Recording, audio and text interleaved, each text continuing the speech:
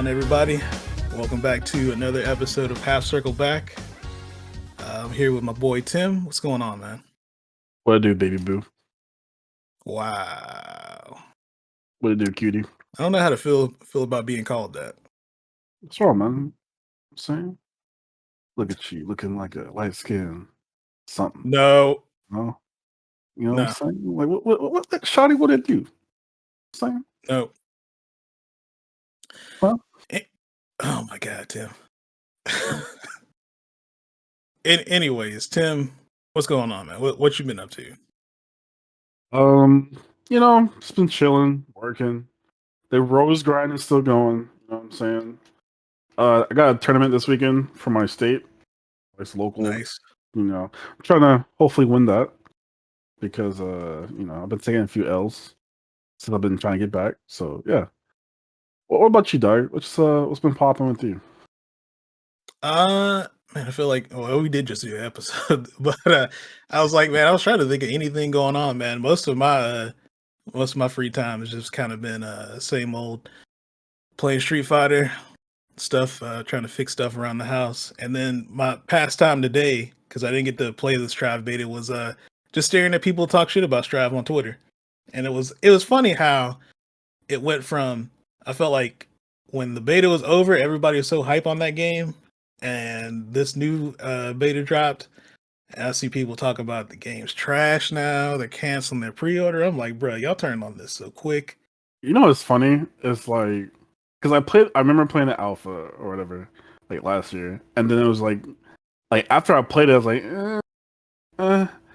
And then the beta came around. I was like, okay, maybe I'll give the beta another shot. I was like, then it's like I had no desire to play it again, and it's like I don't know, it's just because like I didn't find Faust fun or anything during that time. Like I don't even know what they changed since like the beginning when they started running out the betas or whatever. But if they're saying stuff like that, it must be pretty bad, or people are just overreacting as usual because that's what people Probably naturally. a little bit of column A, column B, maybe. I mean, I don't know. Like it's still a beta, and at the end of the day, it's not final, but Yeah.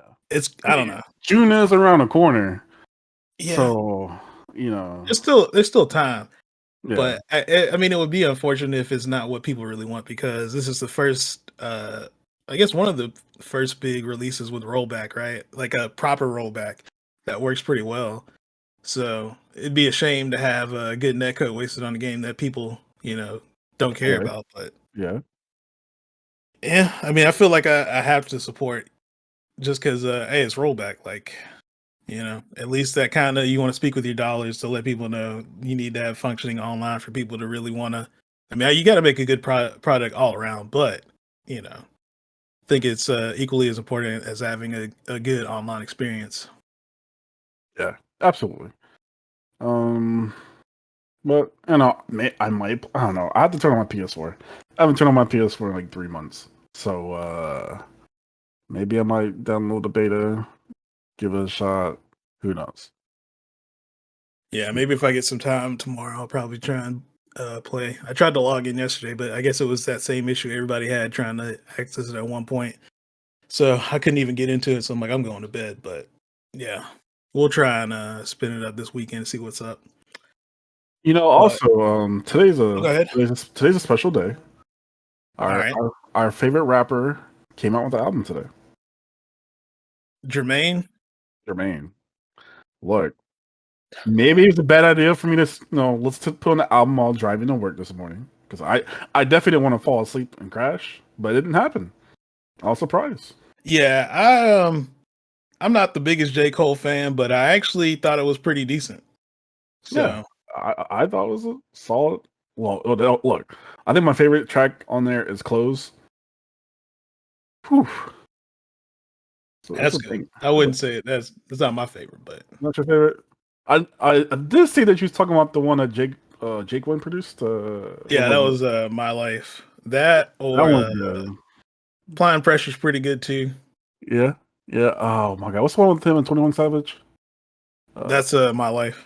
oh, that is, oh yeah. That one's okay. You're right. Yeah, that one's good. 95 Uh, South is also pretty good. oh, that's a banger for sure. Hunger on the Hillside was good. Climb Back, yeah. Punching the Clock. Yeah, it's a solid album. You know what I'm saying? I like it. I didn't even bother listening to Kodak. I was like, I don't feel like putting myself through that today. That's that ain't for me. Like I think I listened to one song, and he definitely said something real problematic. I was like, come on, bro, come on, you can't be saying that in your album. So I kind of turned it off. But yeah, All right, cool. Well, no, West enough Side bullshit. also. Enough bullshit. Okay, god damn it. Look, you know why we're here.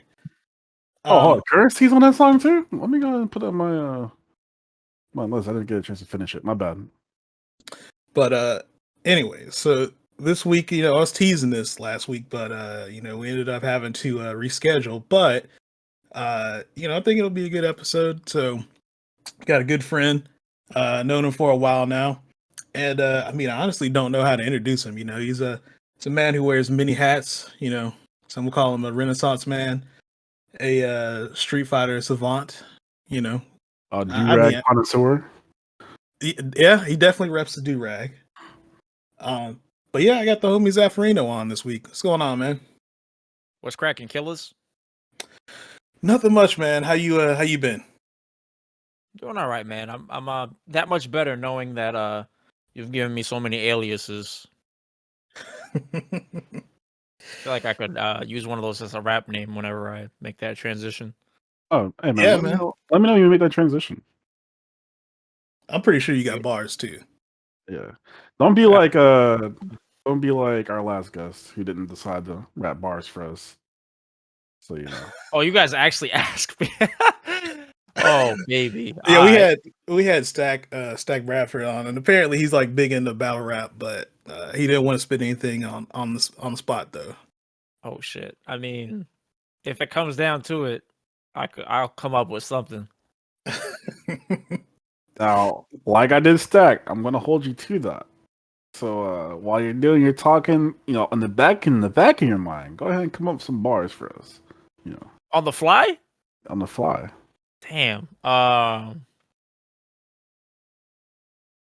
Damn, on the fly, in the air like a kunai from a buki. You look like a Wookiee. Don't you push me. Slap you, make you tan like Snooki. I don't even know. Stop. I don't even know. Yo, stop. Yo, stop. The Snooki line had me. Yo, stop it. I don't even know. I'm gonna insert some flex bombs in the middle of that. This right here is motherfucking bars, nigga. That's bars. Oh shit. Zach, you had your chance. Damn, son. Yeah, for sure. Yo, listen, man. When I am under the right type of pressure, that's when I shine, bro. That was Evo. Evo ain't shit compared to what I just experienced right there. So. God damn. My heart was all sorts of breakdancing in my chest. Bro, was there mom spaghettis? Like, what's good? Like, what? Like, Jesus Christ! Oh my God! I love this podcast already. Hopefully, we make you feel like you're at home. So, the star player, the star player's here, by the way, so it's okay. Who? Greg, Magnegro, no. Greg. No. Yeah. No. See, even Zaf knew. He even. Of course I know. Have to say anything. I see the light skins are ganging up on the dark skin. Okay. I am the Don Corleone of the dark skin community. What are you talking about? Your skin tone says otherwise. But the inside that counts. There you go. Well, you gotta prove that to me. You gotta prove that you're part of the superior race, which is the dark skin. Not to spit the flaming hot Cheetos bars on you. I mean, there's good light skin rappers. We just got them talking about one, so Well, apparently Stack Bradford ain't one of them. Damn. That's shots. I think we need to have the battle rap between Zaf and Stack. We'll set it up. Okay. We'll set it up. He's doing a stream team battle. It's not even going to be stream team battle. It's just going to be straight up, rap battle. You know, we're gonna shift it to a whole new genre. You know, You get your top viewers. I get my top viewers. You know what I'm saying? Team battle rap. Let's go. It'll it'll be the undercard for Idom versus Tokido. yeah. There you go. All right, cool. Well, glad to have you on, man. And yeah, man. Basically, it's just gonna kind of be, you know, a chance to kind of get a little info on your background, just kind of how you got into fighting games, and I guess kind of right now, I guess we could start out with just, you know, how'd you get to the fighting game community? You know, how'd you get into fighting games in general? Just this is basically your origin story. If you want to go ahead and spit. All right, so it was a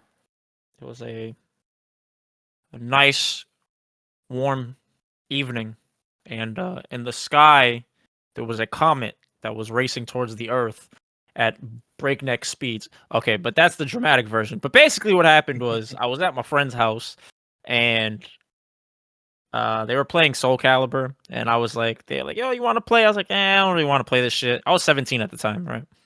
And they're like, "Yo, you want to play?" I'm like, "Nah, you guys don't have like Tekken or Street Fighter." And then my friend Marcus was like, "Oh yeah, Nathan has Street Fighter." So we hit him up, and Nathan, like, he lived like 30, 40 minutes away walking distance. And we didn't have cars at the time, right? So he was like, "Yeah, I got you." And he literally walked over and he gave us Street Fighter 4. And he didn't even come in the house. He just walked back home.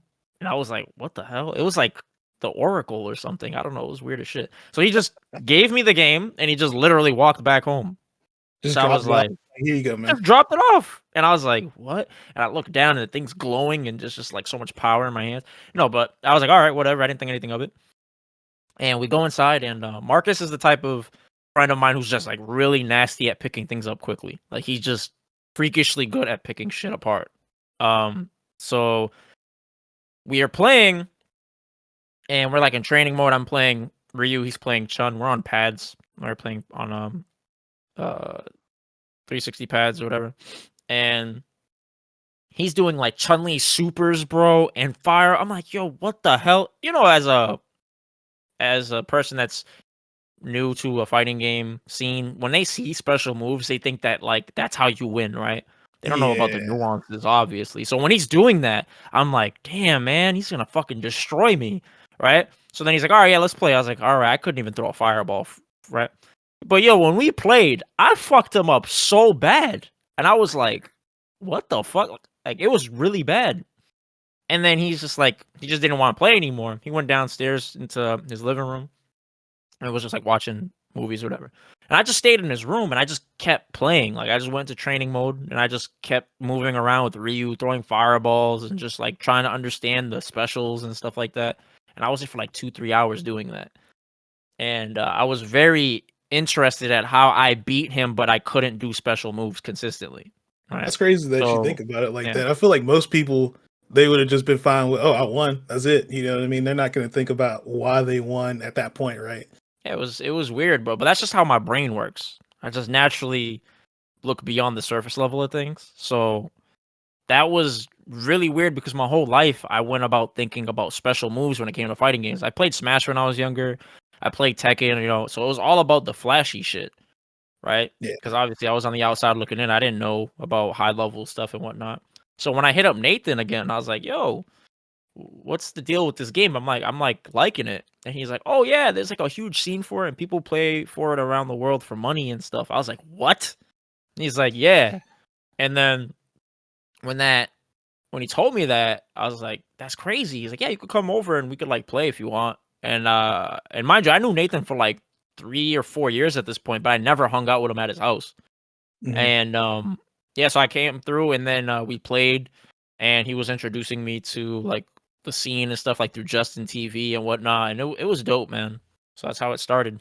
And then when you first started, had you settled on a character yet? Because I know you for Fei Long in Street Fighter 4, but were you just Yeah. kind of like dabbling with people, or at what point did you figure, okay, this is who I want to stick with? Well, I played Ryu at first because he's like the Goku of the game. So I just was like, who's like the Goku? There's always a Goku in these type of games, right? So I was like, Mhm. I'm gonna play Ryu. And then I went and I played Akuma because Akuma just looked badass, and I was playing him. So I was trying him out. I was going back and forth, and I tried Sagat. It was just funny, but I just kind of gave up on him.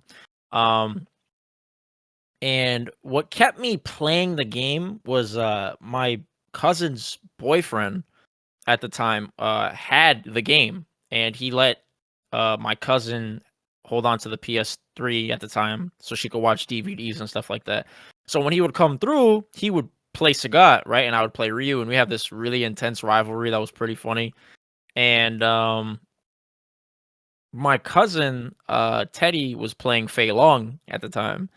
So out of us three, it was me and Max going back and forth. Max was my cousin's boyfriend. Teddy's her brother, my cousin. So Teddy was like the weaker of the three of us, right? None of us knew what the fuck we were doing, but me and Max had this like back and forth thing going on with Ryu, Sagat, whatever, right?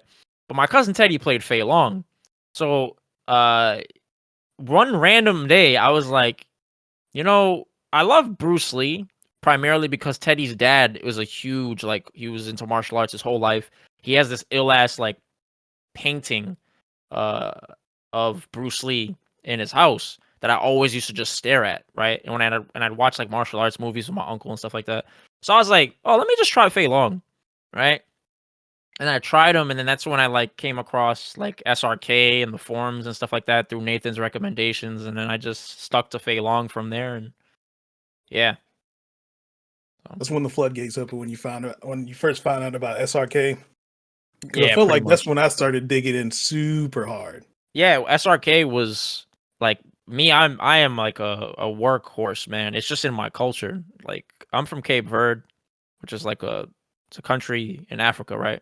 It's west of Senegal. It's islands, and we are just super tenacious with working and labor, right? We're like that's how we are, farmers and working in industrial fields. That's like a lot of my family came up from that type of upbringing. So I just naturally have that investing a lot of hours into whatever craft I touch, right? So when I came across SRK, it's like you said, the floodgates, right? Combined with just the nature, right, of who I am, and then the nurturing aspect of being around these type of people that are constantly working hard. I was just like in this infinite Tsukiyomi of consuming SRK and learning and leveling up and reading and watching videos and blah blah blah blah blah. And yeah, I just kept at it and met the right people over the course of time. Shout outs to Kaizen Master. That's the sensei right Oh, there. yeah. You know what I'm saying? You know, Shit. I I heard a lot about Kaizen Master because this is when I was like, that was when I think he would post in the Facebook groups on for the Street Fighter Facebook groups, and I would see him in there. And I know people would give him a lot of shit. I mean, I didn't know him personally, you know what I mean? But I mean, his track record of people that he's trained or helped out, I mean, just incredibly strong players, right? It's you, Rob TV, Smug. Yep. I'm pretty sure there's a couple other I'm missing, but there's a lot of players he's kind of worked with throughout throughout his time that I think had a really big part in their success. Yeah, he is like the Morpheus of the Street Fighter community, in my opinion. And Yeah. he's what throws people off is your first impression, right? A lot of people cling on to that. So it takes a lot of mindfulness and being open minded to other people's delivery and their approach. Like he's not malicious at all. It's just that he comes across very like stern and literal, so it could throw people off. And it did for me too when I first talked to him. I remember my first conversation with him. I was like, "What the fuck? Am I talking to a robot? Like, what the hell's going on?" Right? But something told me intuitively, like, "Yo, just be open. Like, just just put that shit to the side and talk to him like a human being." And bro, it just transformed my life, man. It's like imagine you have this powerful tool, which is your mind, but if it's not disciplined, it could be used against you, right? Or it just doesn't, you don't bring about the results you want. And he was able to help me learn how to cultivate my mind as a weapon to create the reality that I want to live in. You know what I'm saying? Just in general, it's not just Street Fighter. That's where my blueprint comes from, is the way he approached it with me. I fell in love with that process, and I was like, I want to introduce this to as many people as possible. So that's why I have the whole like, leveling up inside and outside of the game approach, because it's transferable. Yeah, that makes sense. Yeah, that's like one of the things. That's like kind of one of the things I noticed about you is like you really you really got your way to try to improve everybody, right? It's like it's not. I feel like a lot of people, or at least when I was coming up, a lot of people just kind of focus on themselves, right? It's just about I want to be the best, I want to be able to beat everybody. But like I do feel like you generally care about trying to improve not only yourself but everybody else around you. 100%. I mean, of course, everybody has their selfish nature to them, right? Like, I want to be the best. You know what I'm saying? I, in my heart of hearts, believe that I'm capable of that. And I like the glory. I like the, like the the spotlight. But beyond that, I know that that only lasts so long, because think about all of our previous achievements in life, right? Like, you get tired of shit so easily.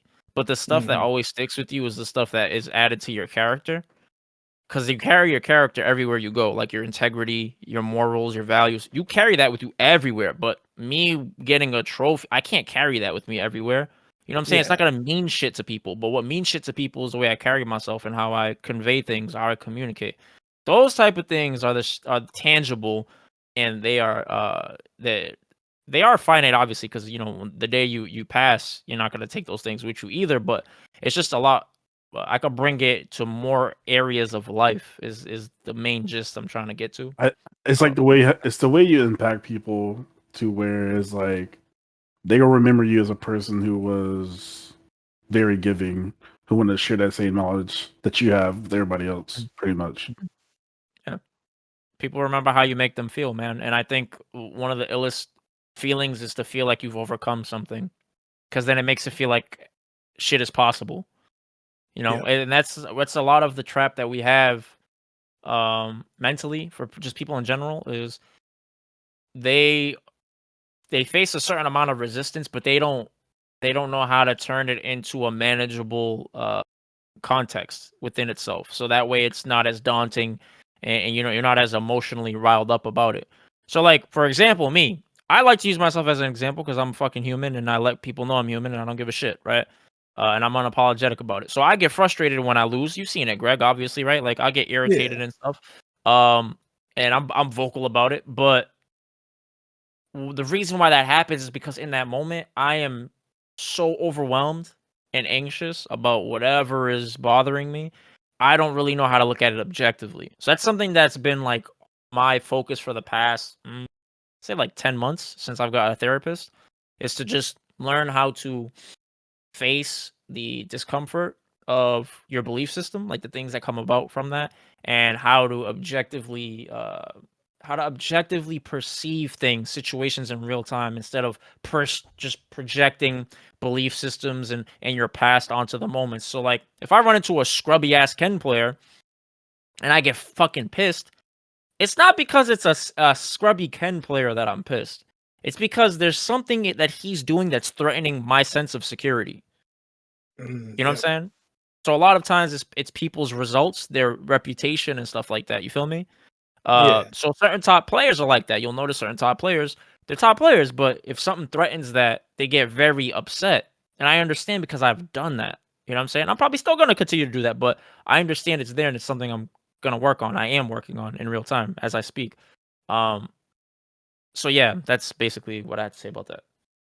Do you feel like kind of the thing that I guess I try and think about in situations like that is trying to put the accountability on me versus like the actual issue at that point, right? Because like if I lose to something that I don't understand or whatever, but rather than getting mad at the the person that the player or whatever, or like whatever they're doing, I should just be thinking about, okay, well, clearly there was something that I wasn't thinking about in that situation, or I wasn't considering this, or I was just too focused on one particular thing which caused me to end up losing or whatever. But you find Mhm. like stuff like that helps.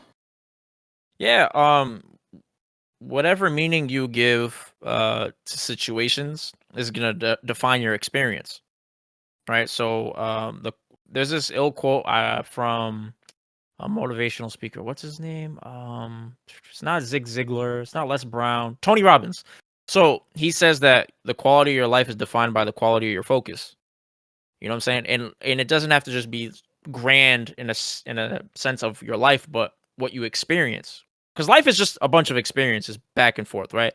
Yeah. It's continuous. And that continuity, if you ignore it just for a second and look at just this one singular situation in front of you, which could be, you losing to that person or to a thing of because of ignorance, depending on how you interpret that situation, it's gonna cause you to react a certain way, to behave a certain way, right? Because what your thoughts end up leading to your emotions, which then dictate your actions, and your actions consistently create your behaviors, and your behaviors dictate your reality, right? So if anytime you want to change something, you have to change the way you think about shit. But a lot of people try to change the actions, but never try to change the main core of their issues, which is your thinking. So Yeah. so like if I'm me when I'm getting salty, it doesn't work for me to just be like kumbaya and fucking meditate and breathe it. No, I gotta understand like what is the source of that, because this is something that I need to release that energy so I can reallocate it to other more conducive things like helping people or strengthening myself or sculpting a reality that I want to live in. But you can't do that if you're investing all your energy into shit that's only gonna take away and detract from your strengths. Totally. Yeah, I see where you're coming from on that. Um, okay. So the other thing I guess I wanted to try and talk to you as far as your background is like, at what point do you feel like you had your breakthrough? Or I guess I mean I'm pretty sure you have it, but like, at what point did you feel like you had your breakthrough with like fighting games, I or you think feel I've like had you hadn't got to multiple. that point yet? I've had multiple. I've definitely had multiple. So the first one was when I won my first monthly. Uh, that was huge. That was back in Street Fighter 4 when I beat Weak Sauce. You remember Weak Sauce? He used to play Sagat. He had a brother Oh yeah, Gridman. that was Played Gridman's Viper. brother, right? Yeah. So I Yep. beat Weak Sauce in a grand finals at a monthly at a Game Underground tournament. And Game Underground was the name of our venue. And Lucky D was the TO. So Lucky D is still the TO of pretty much all of our New England or Massachusetts at least, tournaments, right? When we were offline. So when I beat him, that was like, whoa. That's when I was like, oh my God, it's possible. Right. And then like the next big one, I would think making it out of pools was pretty big. My first time making it out of pools was NEC that I beat Ricky Ortiz. That that was uh that was a very powerful release for me. Um Another would be uh so there's three other big moments. One was when I won NLBC online, which was pretty cool, right? Because I'm not an Oh online player. I yeah, hate online. You know what I'm saying? And yeah. to do that and win NLBC at the same time was like that was awesome. Um so the other remaining two would be when I beat Justin Wong in Street Fighter 4. He came to Massachusetts for like a Pokemon World Championship like years back, like 2015. Mhm. And he was in town with Noel, and they were like, "Hey, you guys got any tournaments going on, whatever, right?" So we announced that he was in town, and we bumped up the venue price to like we usually did $5 for the weeklies, but we bumped it up to a monthly price, which was $10. So that way it would be more worth it for him if he Yeah. won, which everybody thought he was. And it was so weird, bro. Like I felt like an anime. Like when I was there, we had this massive projector, right? So you could see the stage, the stream setup, right? Everybody could see it from the venue. Mhm. And all you see is Justin just washing through the whole scene, bro. It was just like imagine, how like Madara was fighting during the Great Fourth War and he was just tossing bodies. That's what it looked like. And I was just sitting there watching, right? It was a weird out of body experience because I saw myself watching it, but I was so calm, but I had no desire to beat him, right? So Really? he was on my side of the bracket, and so we play in winter semis. On the other side of the bracket's Burkish. So Burkish was like on the up and coming, up and comer, and he was doing his thing with Yang. And me and Burkish worked a lot. That was like one of my first, I guess, real students that I had. Um, so Justin and me play, and I beat him 2-0, like super convincingly, right? And mind you, he's playing Rose. and I'm playing Faye. So this matchup is in Rose's favor. It's not an easy matchup. So I beat him. Okay, cool. And then he goes through the brackets again. He's running through everybody in losers, runs through Burkish in losers finals, and he gets back to me. So he beats me the first game, and then I didn't feel anything. I wasn't upset. I wasn't irritated. I had him cornered, right? He jumped out of the corner. You know, Justin's mad defensive. For him to take a risk like that, as soon as I knocked him down from Rucka, he just immediately, I don't think about them. So when he jumped, I said, oh shit, peed into FADC Chicken Wing Super and it killed him. And then next to me, he like did the head lean, you know, like when people do something bad and their head like tilts. And that's when I was, and to beat him twice, it wasn't just once. That was like huge for me.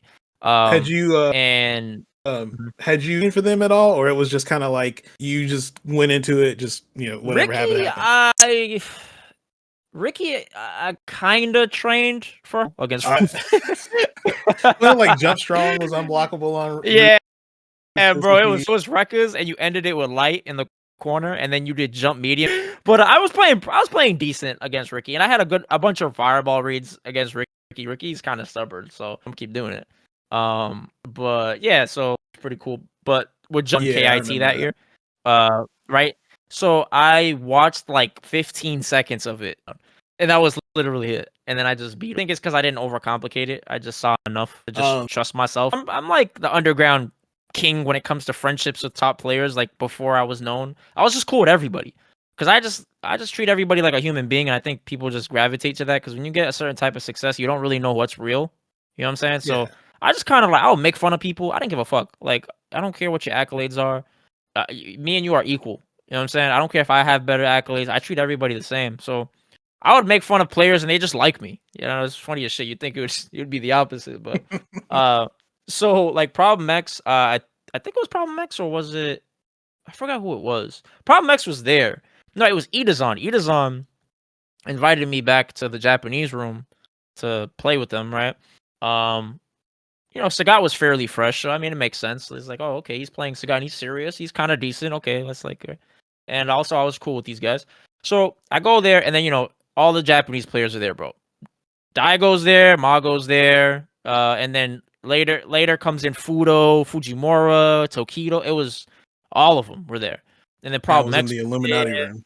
Bro, yeah, it was ridiculous. Elias was there too with us. Like, so we're playing sets first of threes, and I'm playing like Daigo. Daigo's like, we were just playing. It was dope. It was like, wow, this is pretty sick to play the fireball game against Daigo. Like, holy shit. So Daigo beats me like 3-1, washes my shit. And then Tokido comes in, he plays, and then they have the rotation, right? And then I go to sit down and play Tokido. And me and Tokido known each other over the years. Because when I went to Japan for Street Fighter 4, he remembered me, and we would just talk ever since then. Every time he see me, so when we played, Problem X, Problem X likes to be a little instigator. He's like, yeah. Hey, Tokido, who wins the matchup, Akuma or Sagat? And Tokido's like, oh, this is free. It's like it's bad. It's like 7-3, right? Which makes sense because he plays Bonchan. He's probably fucking Bonchan up, right? So I don't blame him, but I was like, nah, I think Sagat wins this. And he's like, no. He's like, oh, Akuma. I was like, nah, I really think Sagat wins this.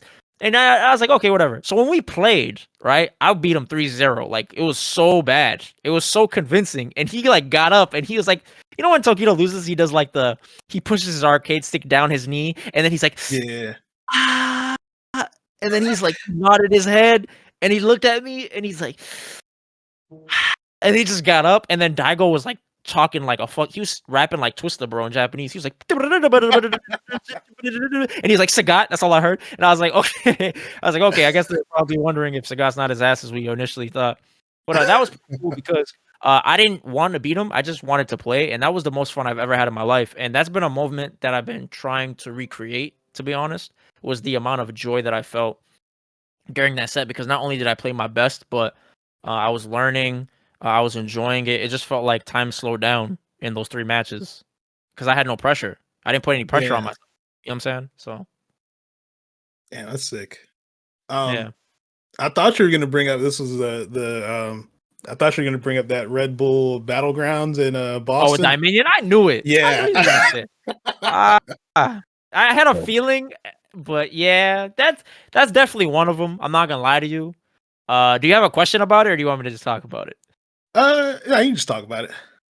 So the reason why I popped off, I don't know if you guys knew this, but my family was there, right? So my family never went to like any of my track events or boxing stuff, anything like that, right? So because everybody was just busy. My brother was in college, and then he when he graduated, he was full time, working. My mother was working, my dad's working, right? Like my sister's working, like so nobody really had time to go and see me, obviously, right? So I was doing a lot of stuff like I was a lonely kid in a sense of like the stuff I was interested in, and I'd see everybody's family and stuff with them, and I'm just like by myself. You know what I'm saying? Like it's kind of like in the Rugrats movie when My God. Chucky. You remember that part with Chucky when Yeah. when everybody's dancing with their mom and like he wants to dance He's with like, his well, mom, right? I gotta dance with my dad. Yeah. Yeah, that's kind of how it felt. Like a lot. So the reason why I popped off on him was because the first time anybody ever went to anything was in Street Fighter 4. My brother and my niece went to this spot in Newton, Massachusetts called I forgot what the name of the spot is, but they had like this $2,000 circuit for Street Fighter 4, and I was winning everything at the time in New England, right? And it was on PC. So that was kind of weird because remember Street Fighter 4 on PC was Yeah. weird at the time, where like the screen tear and shit like that. It was mad weird shit that was happening. So I was beating everybody, but this tournament, my brother was there. So my brother was there, and I was mad nervous, right? Not only was I nervous, but the screen tear was fucking me up, and I'm playing against Kevin Tech, who's like basically he was like my original training partner in Street Fighter 4, right? And Kevin knows how to take advantage of things. He knows how to take advantage of habits, things, situations. So I know he knows I was nervous and I wasn't comfortable with the whole screen tear shit. So he's playing Makoto and he was just like I couldn't stop his dashes, his he just fucked me up, right? Like 4 rounds straight. It was really bad. And then I lost to him, and then I lost in losers right away. So I went 0-2. Right? And I went 0-2 in front of my brother, mind you. So Damn. yeah. So imagine I'm the type of person you already know, man. Like I put pressure on myself, right? Yeah. So when that happened, I was heartbroken. I went away. I walked outside. It was raining. It was pouring rain, like torrential rain. I'm not even kidding you. Like it was so bad. Like it looks like cars are constantly driving past puddles, but there's no cars. That's how like bouncy the rain was, right? And I just went outside with no jacket. No, I just went outside. I walked a mile down the road and I just sat there outside in the pouring rain for like 4 hours. Bruh. Yeah. I was heartbroken. So the event finished. I walked back like just as it finished. Like, right? And I was just in the car. I just went to sleep. I just got up out of the car. I didn't even talk to my brother. He was trying to be like, I'm proud. Nah, I just didn't want to hear that shit, man. I didn't want to hear any of that. So that was like heavy on my mind. I just felt like a failure. You know what I'm saying? And so fast forward to Red Bull, Dominion, I never beat him in Street Fighter 4 or in 5 at that point.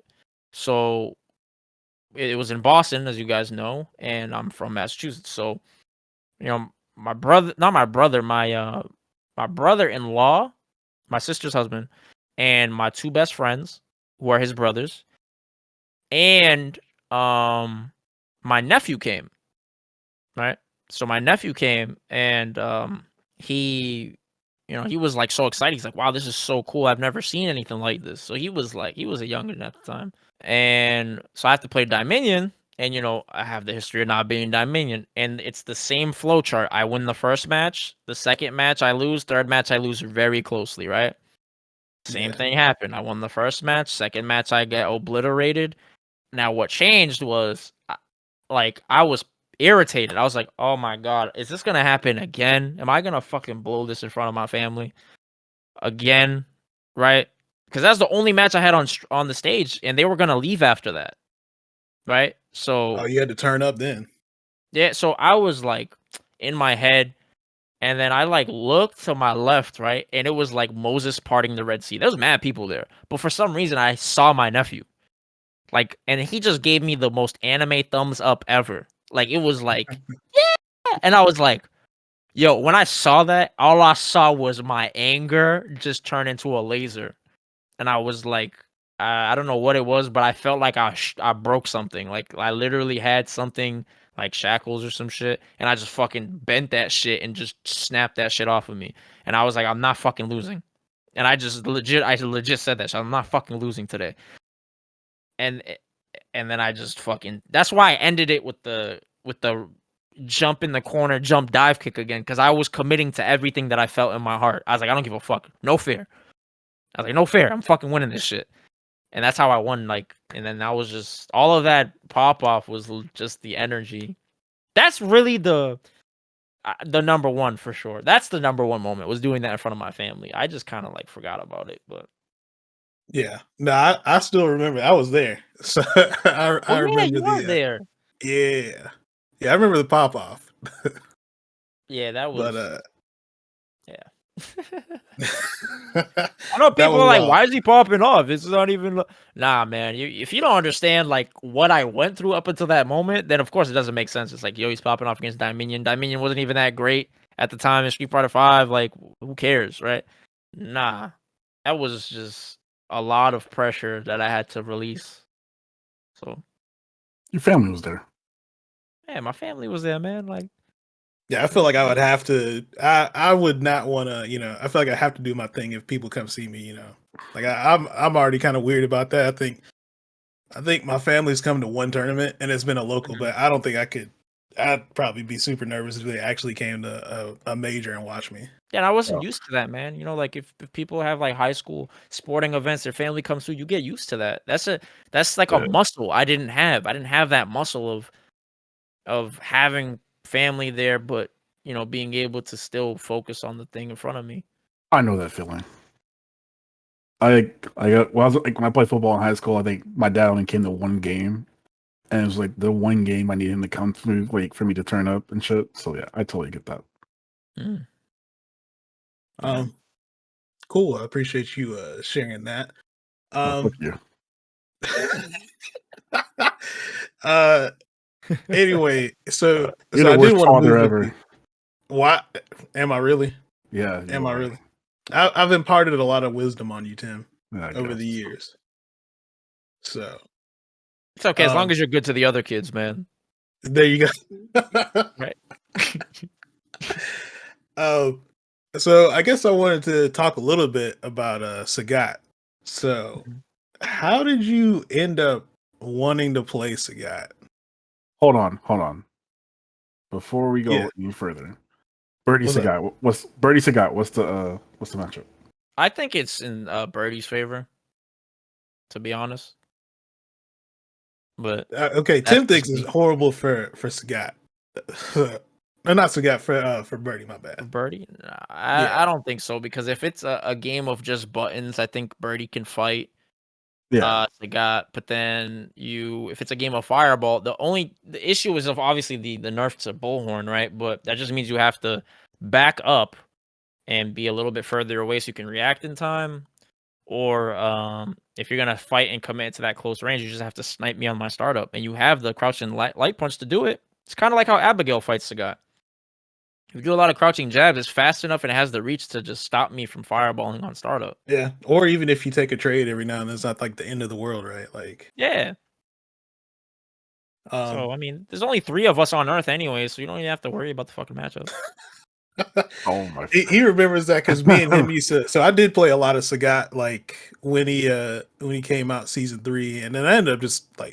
I mean, I wasn't taking him seriously, but I was just playing for fun because, to me, he was a super fun character. Like I like fundamental play like that, and in order to beat people with Sagat, you really just have to outthink him. Like it's like there's nothing. He doesn't have a cheap V trigger, right? He doesn't have like some way you could just, get in and just like force a guess, right? You literally just have to whittle them down the entire match and just keep making them, keep forcing them into bad decisions. But yeah, it was just fun playing like that.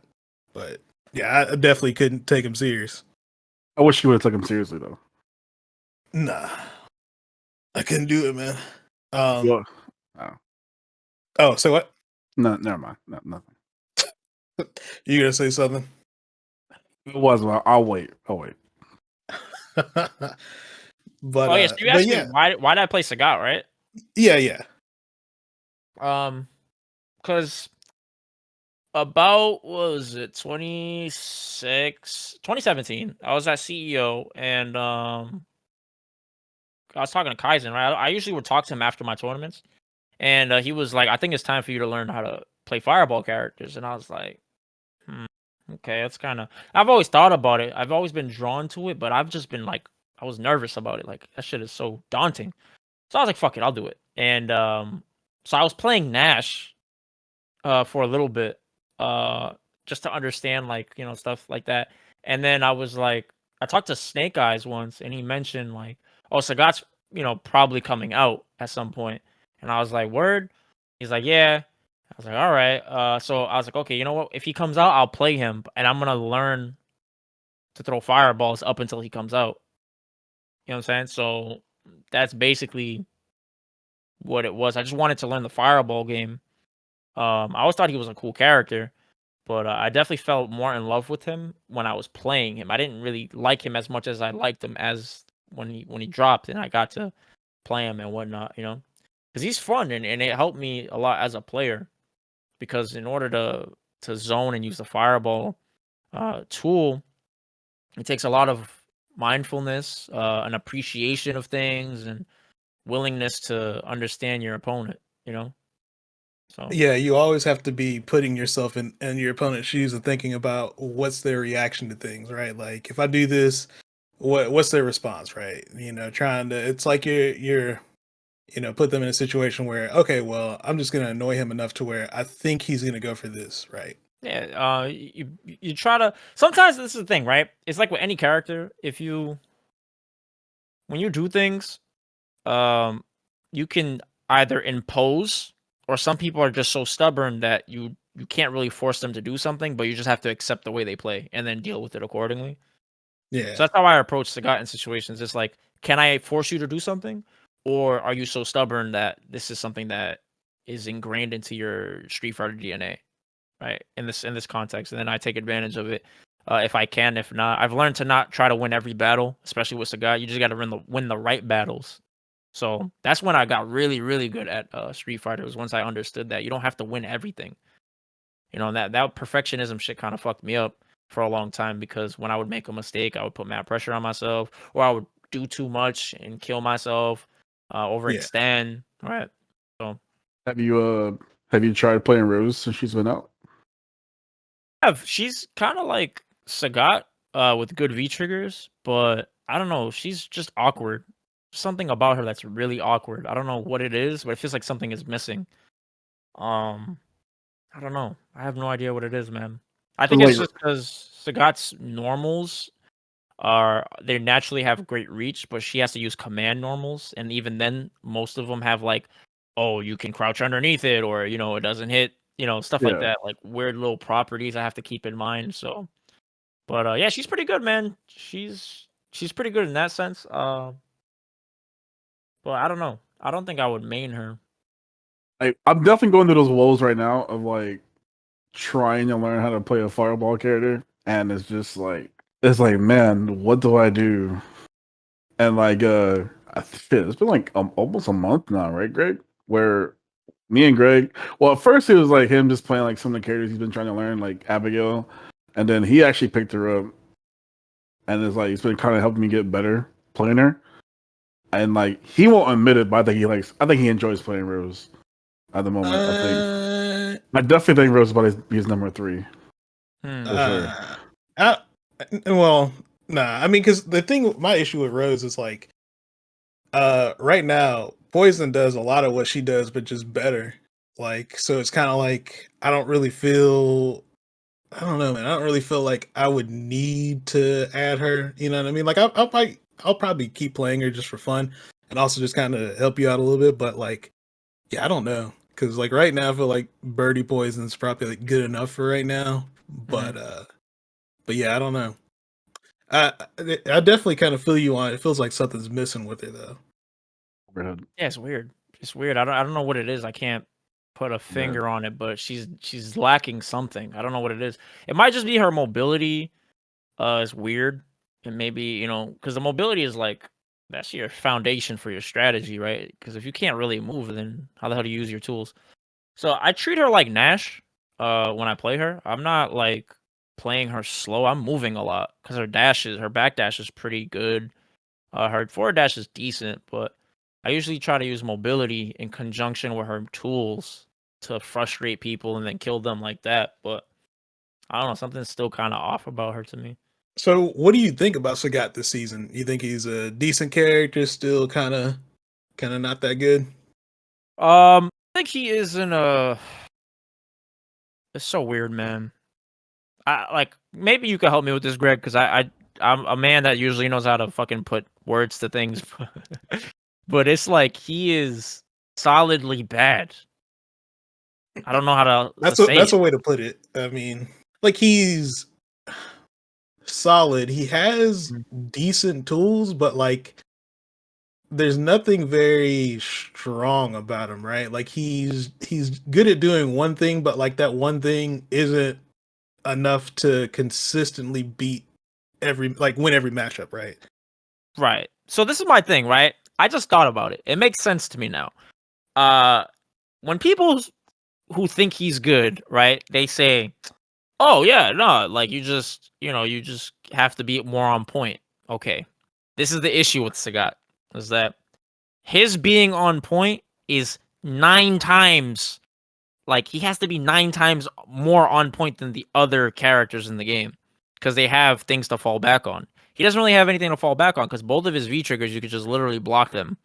Mm-hmm. You know what I'm saying? It's like it doesn't do anything. It doesn't have anything consistent. So when your opponent makes a mistake, most of the characters in the game, the characters that are good at least, when they capitalize on it, it turns into Street Fighter V. When Sagat capitalizes on a mistake, you just go back into neutral, and now you get access to tools that naturally circumvent the way I play, which is with fireballs.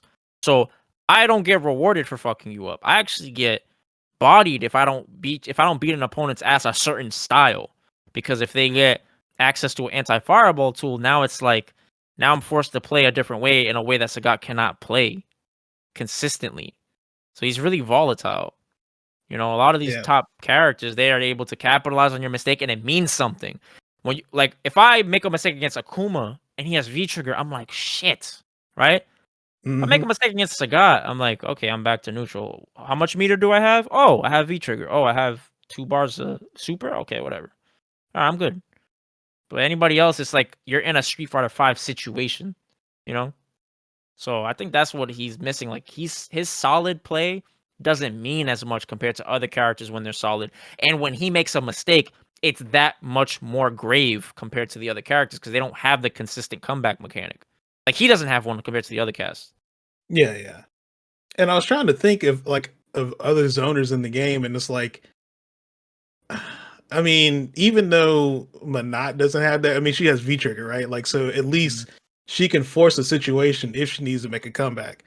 You know, Mhm. um, like Sagat doesn't have that. Even like Sim, you look at Sim, like at least he still has like V trigger one or V trigger, both his V triggers, right? He does have stuff that if he needs to make a comeback, he can. Yeah, I think his V system needs some work. Um, and that also plays into the whole idea of him being able to mitigate comebacks and him being able to force them is because it's hard for him to get V trigger. He's getting V trigger when he's in fucked up situations. He's not getting it in neutral like most of these other characters. Like a Buki or a Rashid. Like these characters have very useful V skills, and then they're like getting the V gauge so much quicker. But he's gonna get it when he gets his ass whooped Hmm. primarily, or with crush counters too. Of course, I'll be fair, but the way he's tries to play, he doesn't really want to be up close like that against most of the cast, so he's not really going to be in that crush counter range often unless he's getting bodied, right? Yeah. So your opponent's going to be at advantage if you're at that range, so it's like the likelihood is just it's not as great. So if they fix his V system and make it so it's easier to get, the V skill charges and stuff like that, and give him more gain on use, then I think that would help him significantly, because then it's like he can get, the V trigger faster or whatnot. I don't know if he should get V trigger 1-2 bars. That might be too much. With how much damage he can get off it, I don't know if it needs to be 2 bars, right? Like, but maybe would you rather 3 bars but him get 3 fireballs instead, or? Yeah, I would like that. And if they made it so, okay, so this is the thing. They could make it 3 bars, 3 charges, right? Or 2 bars, 2 charges, which I would prefer, honestly. I prefer the 2 bars, 2 charges with less damage. So if That's they made fair. it less damage, I would like that. But what I would like them to do alongside that is make it so you can fireball cancel into V trigger. So like while it's already active, because you have no Oh, way of yeah. landing. You have absolutely no way of landing V trigger unless they're standing and you use EX fireball, EX high shot into, which is dumb. It's like I don't want to use EX. This is already gonna use up a lot of scaling, because if I'm gonna do short jab, EX high shot, V trigger, that's gonna do so much scaling by the V trigger hit. You know what I'm saying? But if they made it so you could just do, short jab, fireball, V trigger, and then DP, that would be sick. I think that would help him a lot. Or if they made it so like if he V triggers, he could cancel it into dash. I think that would be pretty cool. Oh, like you throw like the tiger cannon you can dash after? Yeah, that would be pretty sick. Yeah, because at least that would give him a way to take advantage of plus frames, right? Like he can't really, in Yeah. most cases with V Trigger 1, even if you wanted to use it for plus frames, like you're not gonna get anything, right? Right. Yeah, something So like that. Like it's not broken, right? It's like, okay, it's not the end of the world if he does this, but at least I get the haha, it's V trigger, and I get a fucked up situation like everybody else does. yeah, like at worst you would just take the throw and then, like what do you have to worry about? Like a meaty low forward or something like that, or like a meaty button, but that's it. You know what I mean? Yeah. I'm And trying to make think V if I have Skill any 2 more. exist, bro. That shit is trash. You think V Skill 2 is not good? No, I think that shit is garbage, bro. Why? I feel like so many Sagats are playing V Skill 2 now. Like, you don't think it's good at all. I think it is a waste of time, man. Dang, what's so bad about it? Okay, so multiple things. Did you know it doesn't increase his damage or his stun on his knees? I didn't know that. All I knew is it changed the frame advantage and he got more juggles if it hit. That was Yeah, it. that's it. Okay, so it doesn't do more damage, doesn't do more stun, doesn't do more chip, whatever. Okay. It changes the Oki. All right, that's great, I guess. But it gives you more juggle. That's great, I guess. But when you use it up close, how do I get it again? That's my problem. How do I get it again? How? Like I don't understand. If I use it and then I get in and you block the knee, right? Okay. But now I'm like, how do I get it again? I can't. I literally cannot V skill 2 until I back up again, and even then it's 50 frames, bro. Most characters can dash up or jump in and punish it. I guess that's a good point because I feel like with V Skill 1, even if you get a V Skill 1 DP, you can pretty much get a safe Yeah, charge against like most right. characters, So right? with V skill knee, if I hit you with knee, right? The point is to get in, but now I don't have V skill knee. You see what I'm saying? So this is weird contradiction. So do I have to give up the Oki to get V skill knee again? Like, at That least doesn't let seem him worth be it. able to stack it. If he could stack, like, have 3 on deck or something, that would be pretty cool. See, people would already complain about that. I could already see it. Yeah, I don't give a shit. Good. Oh my I god. mean, I feel you. You know what I'm saying? Great. I hope you complain. Let me get something. If nobody's complaining about anything he does, people just say he's You're good. right. You know what I'm saying? I haven't heard one person complain about what he does. Besides Brutus when Actually, he's I did throwing, see he one says person. who was that? Not Brutus. It was somebody else, but I did see somebody else complain about Sagat the other day. Bruh. I'm like, what? That shit is... What are these Sagat players doing to y'all? That's what I want to know. Oh, okay. So either it's Stack usually will complain about Sagat, or it's Who was it? Oh, Arturo. Oh Arturo. no, on him, but that was funny that you bring it up too, because he definitely was. That was funny when I watched sets. You know, he went from it used to be a bad matchup for Sagat to I think it's 5-5 this season, and I was like, damn. And to me, just watching it, it really just looked like it was a player versus player matchup. Like you just knew It what he is. wanted to do. It You is, know, bro. Because Art is very aggressive, so he like. Yeah. I just know when he wants to do things. You know what I'm saying? But not only that, like V Skill 2 actually exists in that matchup. You know why? Because look at where Dalsum fights. Dalsum is usually fighting away. So I get to V skill because he's like floating and shit. You know what I'm saying? So it makes Yeah. it easier. But even then, Dalsum could still slide underneath my knees. So I still have to be super precise with it. I can't just throw it out like a dummy. Because he'll react to it like it's a fireball and he'll still go underneath it by accident. Yeah, it's one of those things. And even isn't the knee doesn't it have a better hitbox with V skill too? Yeah, it does. The hitbox is really good on it. It's like very, very good on it. It's just it still has the same issue where they could just low profile it. Yeah. So like I just wish that the knee wasn't like the usefulness wasn't locked behind the V skill to this degree, because it's like, bro, how am I supposed to get the V skill? Like this doesn't make any sense. Yeah. I guess that's just kind of a weird thing. Them you being able to stack it definitely seems like that would help a ton, but yeah. Like I said, I can already see the tweets. Good. Keenum already Great. he's probably Bookmark gonna 'em. have the draft ready, you know what I'm saying? Oh, great. I would love it. Please. All right, cool. I think I didn't have any more Sagat questions unless you had something, Tim. No, I don't. All right. So now Actually, here's a go Sagat ahead, go ahead. Rose. Sagat Rose. Who wins that matchup? Yeah. What do you think? What do you think? What do you think? I don't really know, to be honest, but I wouldn't be surprised if Rose wins. Because of Soul Punish. When Soul Punish is out, she's the best zoner in the game for the next 3 seconds. Yeah. So if she Gotta gets shut that down out, it fireball gets characters with that. yeah. So if she does the heavy punch version, which goes to the opponent, um, it's like I can't throw a fireball. So now I have to maneuver, and me maneuvering is risky because if I try to maneuver at the wrong time, now she can soul grab my jump in attempt, or I run into Yeah. a fireball. So you have to be like super precise to avoid that shit at high level. But yeah. All right. So now the real reason I got you on here, let's talk about hip hop. So Bet. I gotta put you on the spot now. All right. I'm ready. Top 5, dead or alive. Rappers all time. Yep. Jay, Nas, Pac, Jay Nas, Pac, Jay Electronica, and Lupe. Okay. You handled That's that pretty well.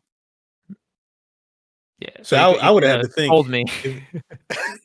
I'm still thinking who I would even name in my top 5. All right, I got another one. Top 5 albums. Oof. Food and Liquor. Okay.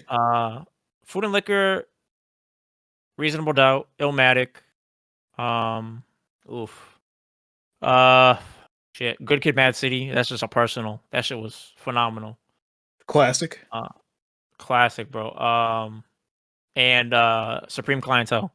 That's not in order. Supreme Clientele might be my favorite ever, to be honest. That and Food and Liquor is like back and forth, but yeah. Yeah, I definitely spun Supreme Clientele a ton. Like, man. That shit That's is good. unbelievable, bro. That is the album I have to show anybody that wants to listen to ill hip hop. I'm like, yeah, you gotta listen to this. Never fails. I'm hearing the beat from Mighty Healthy right now. That's the exact song I was thinking of. Oh my god, the synchronicity. That's crazy. Yo, that was both hands clutchy, chill with my man Rusty, blow down. Yo, that shit is so ill, bro. Damn, I'm gonna have to put that on after this. Yo, do you have a vinyl for it? I know you got like a collection, right? So Nah, man, I don't.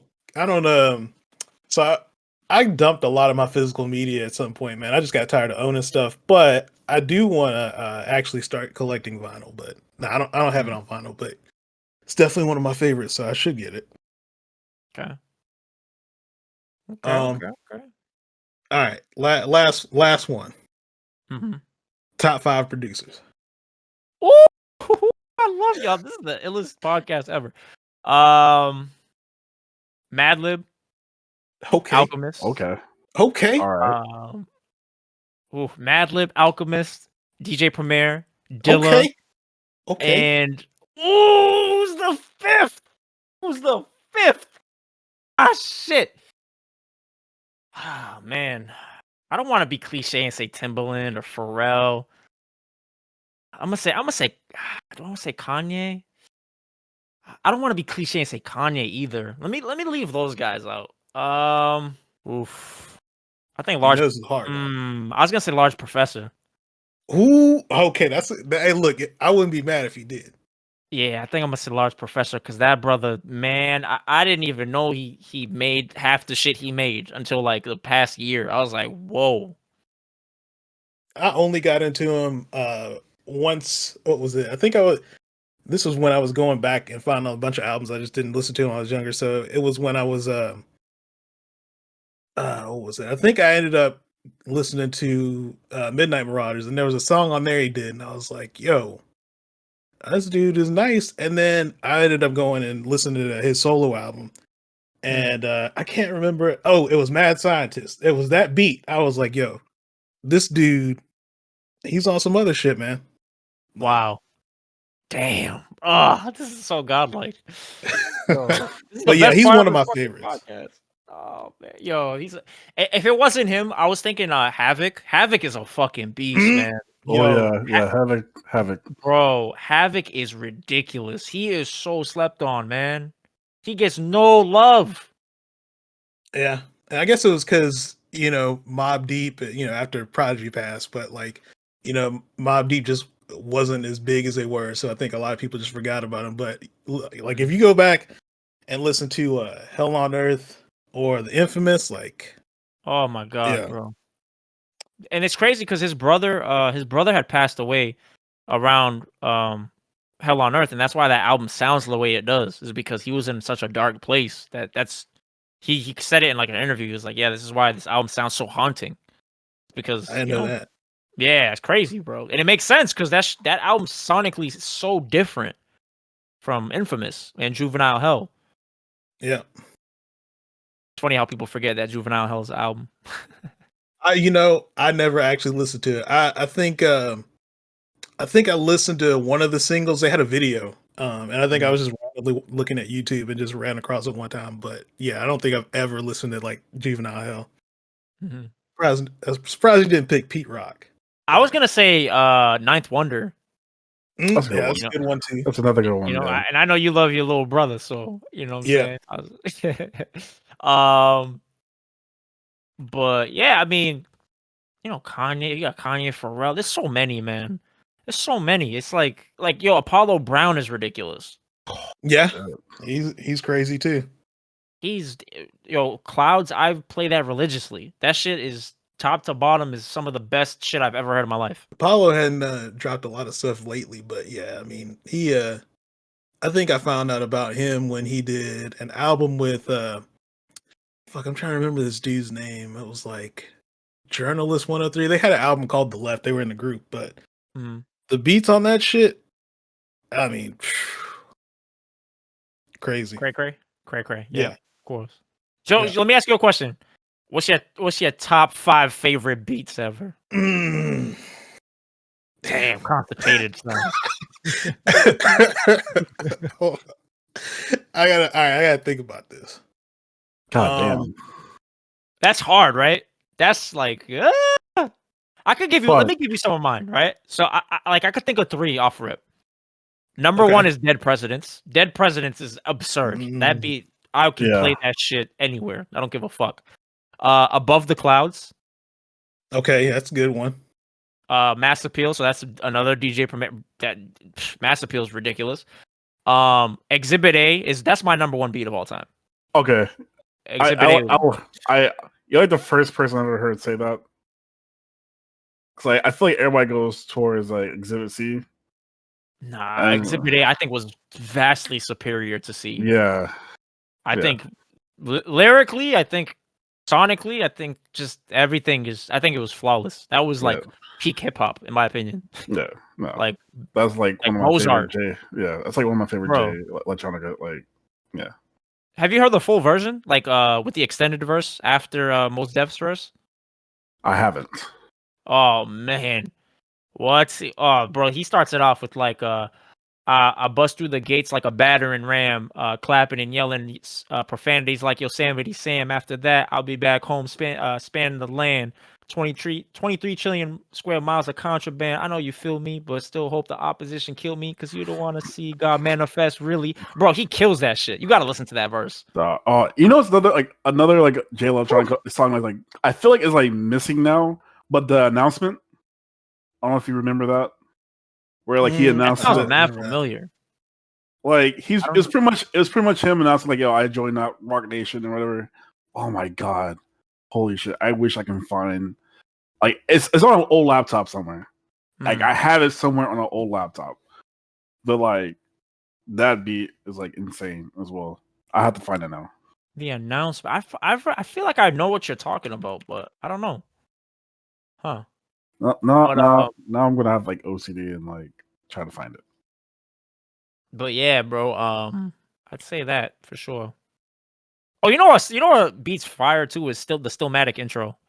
That fucking intro is ridiculous. Oh my god, what a way to start the album, man. Damn, I'm still trying to think of my top 5 beats. All right, well I got one. Actually, hold on.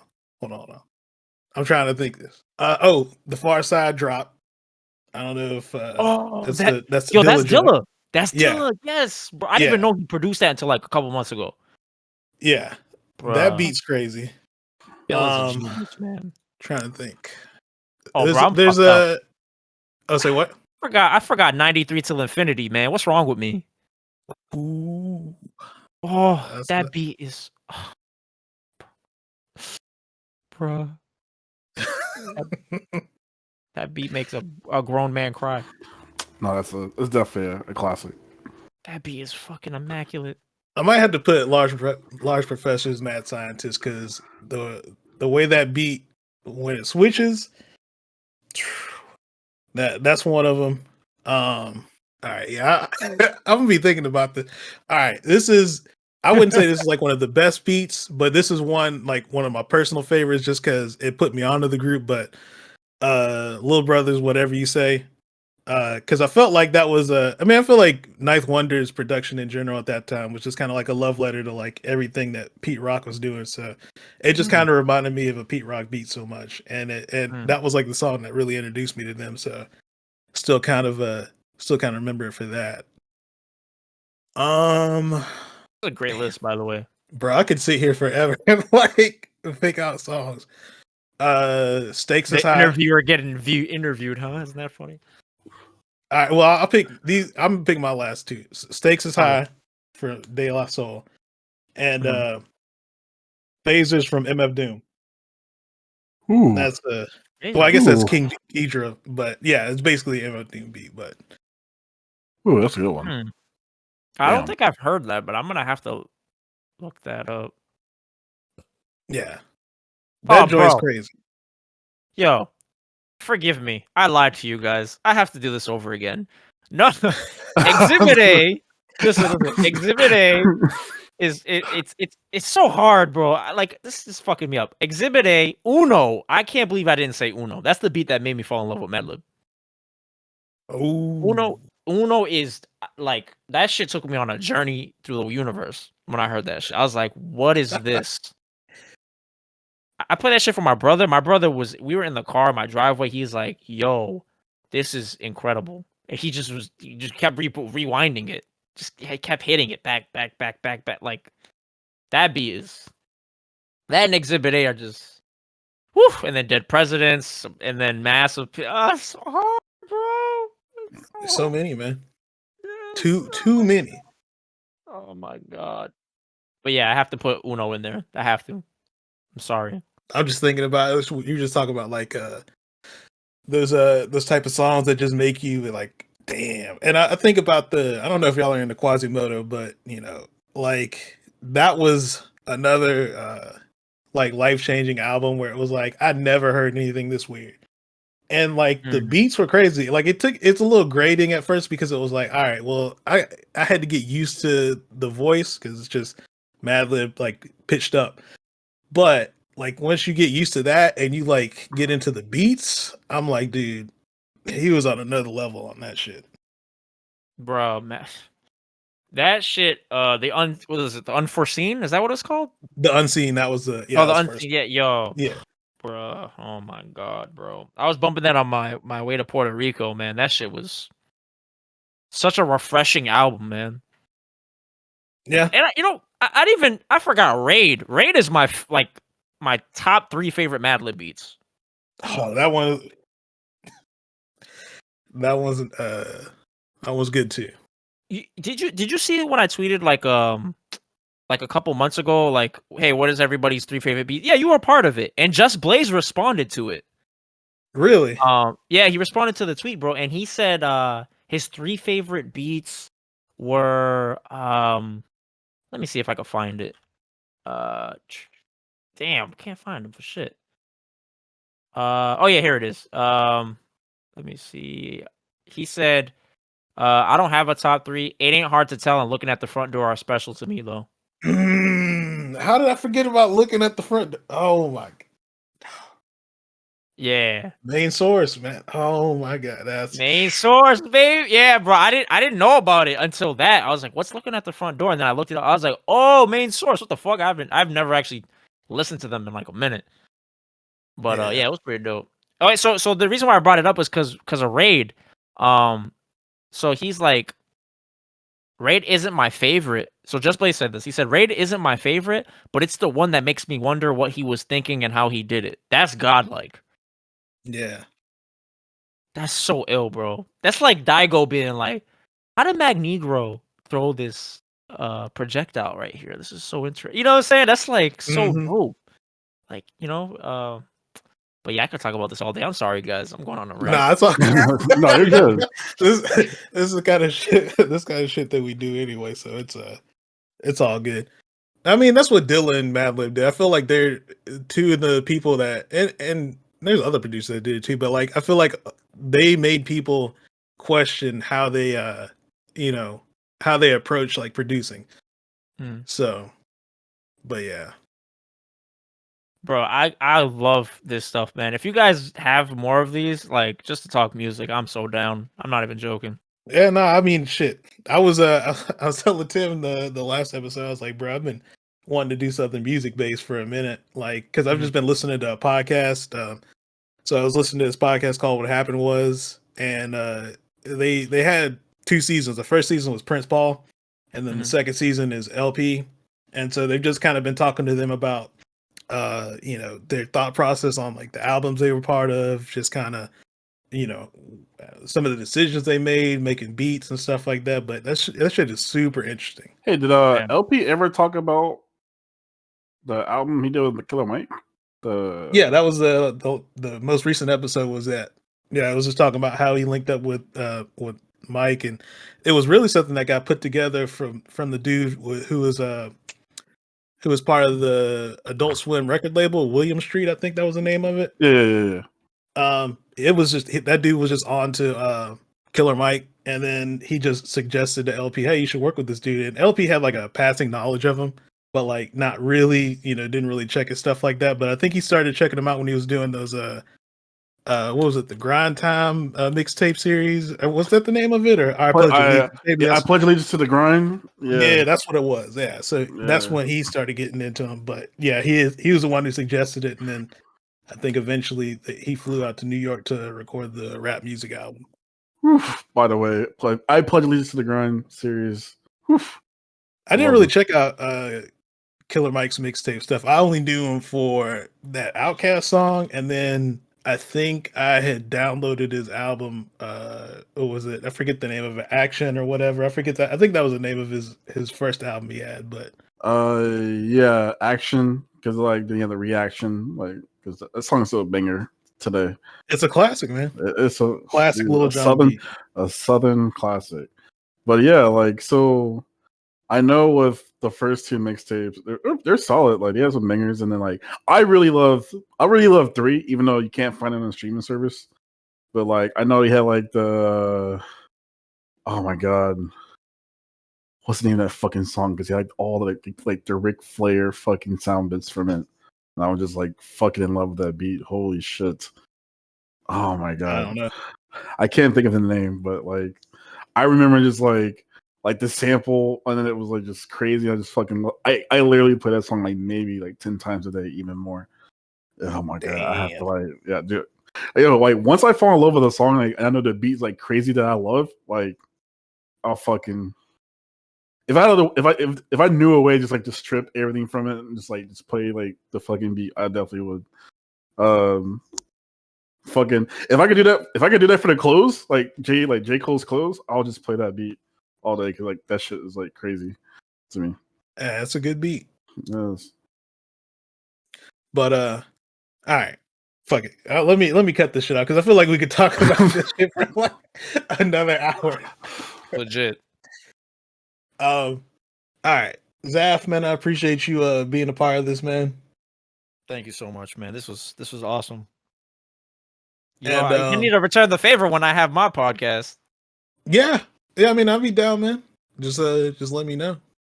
For sure. All right, cool. Well, Zaf, you want to plug anything you got going on, man? Well, first and foremost, shout outs to you guys for holding it down. You know what I'm saying? Black excellence. You know, it's a beautiful thing to see. I love the brotherhood. So thank you guys for having me. Greg, you know, I wish you nothing but great success. Tim also. I think this is me and Tim's first time really like kicking it like this. So Yeah. I've always known you like through like, you know, VU and stuff like that, but I never really like talked to you. So it was pretty cool to just kind of get to know you. Yeah, no problem. You know what I'm saying? So, but yeah, as far as plugging stuff in, just follow me on the social, Twitter, Zaferino1, YouTube, Zaferino1, Twitch, Zaferino1. And yeah, just check out my content. Let me know what you think. If you guys have any ideas, suggestions, and stuff like that, just share with me. I just want to see people do good, man, be good and feel good. So I'm a simpleton. Wholesome man. It. I love it, man. I love the positivity. We need more of that. Yeah, man. So you know, I gotta hold it down until I run into fucking Abigail. So you gotta just deal with this big ass character having an armored run, just running at you from full screen. No, he doesn't play neutral. Nah, he plays his neutral. Yeah. His neutral is either 2 or 3 buttons. Basically. Press at the same time. Tim, where can the people find you at, man? Even though I don't post much nowadays, you can find me on Twitter at 4HTim. Find me on Twitch, twitch.tv/4H_Tim. You know, come by, say hi, you know, say what's up, make my day better. It'd be great, you know. But yeah, where can I find you at, Mags? You can find me on Twitter at Boombox Hero. You can find me on Twitch at twitch.tv/Magnegro with a 0 at the end instead of O. I hadn't been streaming lately, but that should be resuming soon. So be on the lookout about time, for that. Man. Shit. Man, I've had my kids have had sports for like the last 3 months. So it's like trying to manage doing that stuff, coming home, and then trying to cook and then clean up and trying to stream. I hadn't had time, but they're done with that, so should be back soon. So but outside of that, man, if you guys have a second, if you're listening to this on whatever streaming service you are, you know, take a second and review us. It helps get the show seen. So drop us a 5-star. If you want to share the show, please do. So you know, we can try and get our name out there a little bit. But outside of that, that's all I got, man. Appreciate everybody checking this out, and we're out. Peace. Peace out. Peace.